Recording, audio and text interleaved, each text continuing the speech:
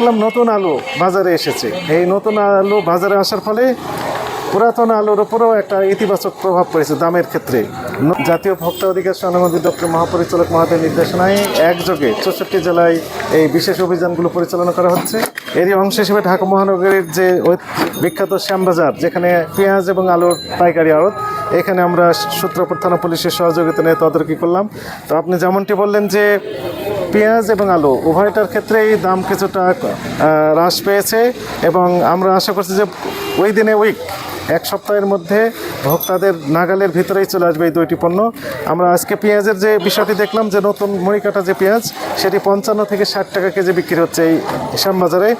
আর Indian পেঁয়াজ বিক্রি হচ্ছে 62 থেকে 65 টাকা এরকম রেটে। আর পুরাতন যে দেশি পেঁয়াজ সেটি 75 থেকে 80 টাকা করে বিক্রি হচ্ছে, একটু কমে এসেছে। আরেকটা বিষয় আমরা খেয়াল করলাম, নতুন আলু বাজারে এসেছে। এই নতুন আলু বাজারে আসার ফলে পুরাতন আলুর উপরেও একটা ইতিবাচক প্রভাব পড়েছে দামের ক্ষেত্রে। নতুন আলু বিক্রি হচ্ছে, আমরা দেখলাম 45 টাকা থেকে শুরু করে 55 টাকা, 60, কোথাও সর্বোচ্চ 62, এর ভিতরে বিক্রি হচ্ছে। আর এই কারণে মূলত পুরাতন যে আলু, সেই পুরাতন আলু ক্রেতার সংখ্যা খুবই কম, সবাই নতুন আলুর দিকেই ঝুঁকেছে। আমরা বেশ কয়েকটি প্রতিষ্ঠানে গিয়েছি, তারা যদিও মূল্য তালিকায় একটু বেশি লিখে রেখেছিল, তো আমরা নির্দেশনা দিয়েছি 45 টাকা করে বিক্রি করার জন্য। মূল্য তালিকায় সেটি লেখা হয়েছে।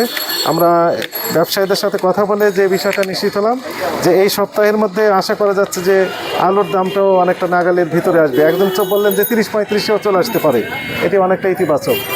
তো এই ছিল আমাদের এখানকার আমাদের যে অভিযান, সেটি অব্যাহত থাকবে। Thank you. ভোক্তা পর্যায়ে কি দামটা কমে আসবে? আমরা আশা করছি যে এখানে যেহেতু 45, 50, 55 বিক্রি হচ্ছে এবং আমাদের যে তথ্য আছে সেটি এইরকম যে খুচরা পর্যায়ে নতুন আলু 60, 65, সর্বোচ্চ 70, গলিগলিতে 70 টাকা সর্বোচ্চ বিক্রি হচ্ছে। এটি পজিটিভ সাইন। আমরা আশা করছি যে ওই দিনে এই বাজারটা আরও কমে আসবে, কারণ উত্তরবঙ্গ থেকে আলু আসা শুরু হয়েছে। মুন্সিগঞ্জের আলু সেটি আসছে, কিশোরগঞ্জের আলু এখানে আসছে। তো এটি পজিটিভ সাইন। আমরা আশা করছি যে জনগণের যে দুর্ভোগ ছিল সেটি এখন রিমুভ হয়ে যাবে। Thank you.